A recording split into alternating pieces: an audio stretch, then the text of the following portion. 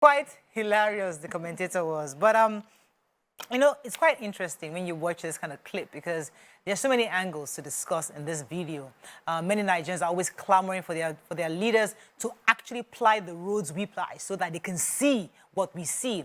However, when they finally do, we still criticize them or complain or however. But what are your thoughts on this video? I would like to hear from people, especially those of you living in Edo who have experienced that road. There are various angles to this. The government has said it is a federal road. It's not a government road. Others are saying, even the government road that belongs to you, have you done it? Is it not as bad as this? What are your thoughts on this? You can call us on the numbers on your screen. Let me come to you. That's 081 076 41679 0902 416 3440. You can also tweet to us at TVC Connect. Please hashtag YourViewTVC so we can read your tweet. Mariam, let me come to you. What are your thoughts on this hilarious video? I was just saying that there are just very few instances where we can see the failure of policy and implementation of policy play out right, before our eyes. And this was just a perfect example of what people complain about. And then is it good fortune or bad fortune to have the governor himself right in the middle of this? It's like it was written in the stars or something. And I feel that this picture and this video would send a stronger message than any other type of ranting and shouting that we've ever done.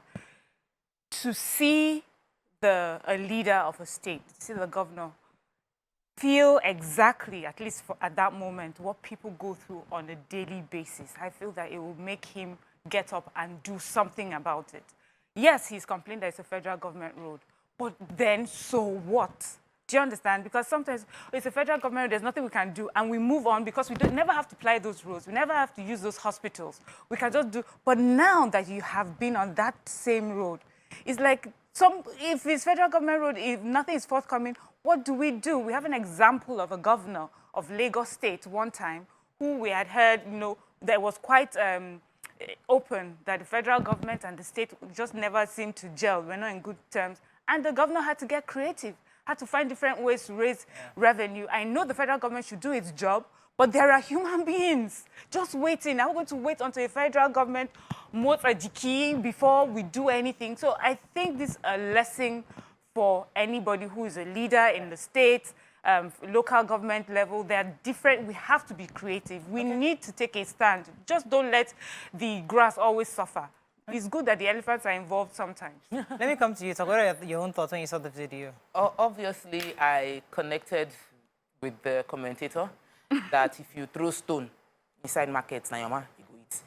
If you throw the stone into the market, it will hit your mom. It may. Because we are, and it buttresses the point where we say that every politician should use the facilities of the state, use the hospitals, use the schools, because you'll be more moved to act or create policies that will make it work. Of course, I know it's a federal road, and federal government have already said they're not going to be giving refund because there are always conflicts in the figures. They feel the Ministry of Roads on a federal level feels like state governments are always inflating the cost of fixing the road. So they don't want to do it, leave our road for us. And in between those two, we are leaving several roads across the country, costing lives, slowing down businesses, and costing us money as well. So for me, policies and government policies change when people get angry enough to fight it. You will fight it. The governors, when you feel this kind of thing, you will fight. You will go and in your the net meetings that take place, you will push for it that we must stop these federal roads and state roads. Whatever budget is going to fixing roads, prioritize the road and let it go straight to the state to fix the road and monitor that the roads are being done. Instead of us saying that it's a federal road and then nobody gets to work on it. Also, if you really care about your people and the roads are that bad, you will provide short-term solutions. Finally, it's a short-term solution like he provided that the guy was talking about. Finally, the issue of Edo State and flooding is not today, and some other governors found a solution. So under Adams Oshomole, the flooding in Edo reduced, and everybody was applauding that they cannot believe that somebody could find a way to reduce it. And what they did was to provide dredging. That is not under federal government. Rain will continue to come. But if we provide enough waterways, it might not necessarily affect this one directly. But generally, Edo is largely being flooded now, unlike just a few years back, where another administration channeled resources towards preventive measures. You know, there was something I observed, because the truth is that we always assume that once our government participate or use our resources, they know better. But we've seen governors attacked. Their convoys have been attacked. Has that really helped our security? Has that improved security in any way? Some might argue maybe not. We've also seen where people have complained that should we continue to have federal and state roads? I mean, some governments will say, I can't afford certain roads. Even the inner roads that the local government should be fixing, they're not fixing it.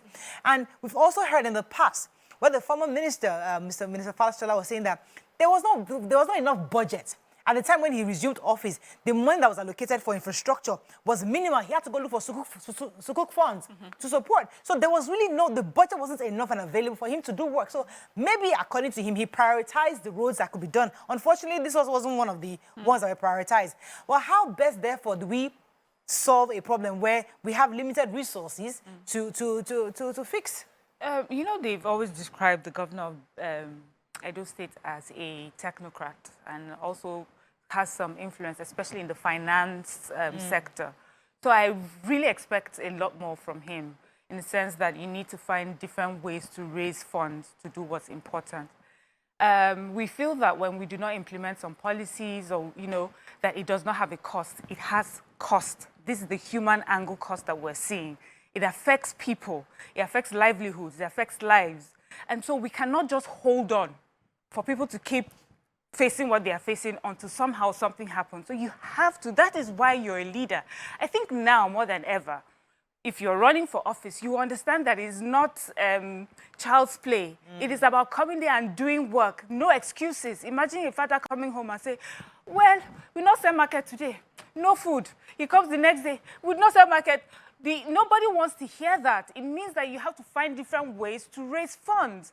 Yeah. It also means that you need to develop relationships with the federal government. I'm not saying that the federal government is all, I'm not absolving the federal government. I think we'll come to the federal government as well. But I feel that a governor, you have the influence, you have the authority more than anyone in your state to be able to form relationships, draw financial arrangements to help bring some sort of alleviation and palliatives for your community. These roads, we hear they have been complained about for many years. I mean, it just does not make sense that they're still complaining about it. Let me take Eto from Just. Thanks for calling, Eto. Good morning, Beto. Hello. You're live. Yeah, good morning. Morning, sir. Go ahead, please. Yeah, Marayo, I really appreciate your work over there. Thank you, sir. And these guys, or these governors, should stop the issue of federal road or state road. In Jonathan, put all federal roads in order. So the issue of federal state is not an issue. If they are ready to do it, let him do it. That's my submission this morning. Thank you very much. I guess we're also waiting for the minister who's going to be in charge of these roads, because we are waiting for this list that has not come out. Hopefully, when the list comes out, maybe the new minister will prioritize this road, because obviously flooding is a major issue. The minister that would give account is the one that we already know, Minister Fashola. And the line of the conversation, we already know. We say there is no funds, and they had to put the funds. But another problem that I feel we should discuss is the fact that even when they fix the roads that they spend the money fixing, the quality of fixing is a one-year quality, less than 1 year quality. So we don't have money to fix the road. Then we fix the road, and in 1 year, the roads are bad. So what exactly are we doing? We're wasting money. When we're spending the little cash we have, when we say we'll fix the road, we should be able to say that any company that fixes any road, give us 10-year guarantee that you would ensure that you are maintaining that road for the next 10 years, or the road will have there will be no need for us to refix the same road for the next 10 years. Somebody will ask, which road are you referring to? Because people will say that in the past, they used palliatives, temporary, because the truth, there was no money. Now, Lagos-Ibadan Expressway is an example now that they are fixing. Hopefully, next year, we'll look at it if it is bad. But in the past, they'll tell you that those roads we were fixing back then was because there was no money and it was patch we were doing. So maybe let's not assume that it's only 1 year. So, back to the case of Edo State and the challenges within Edo State. Oh, I'm so sorry.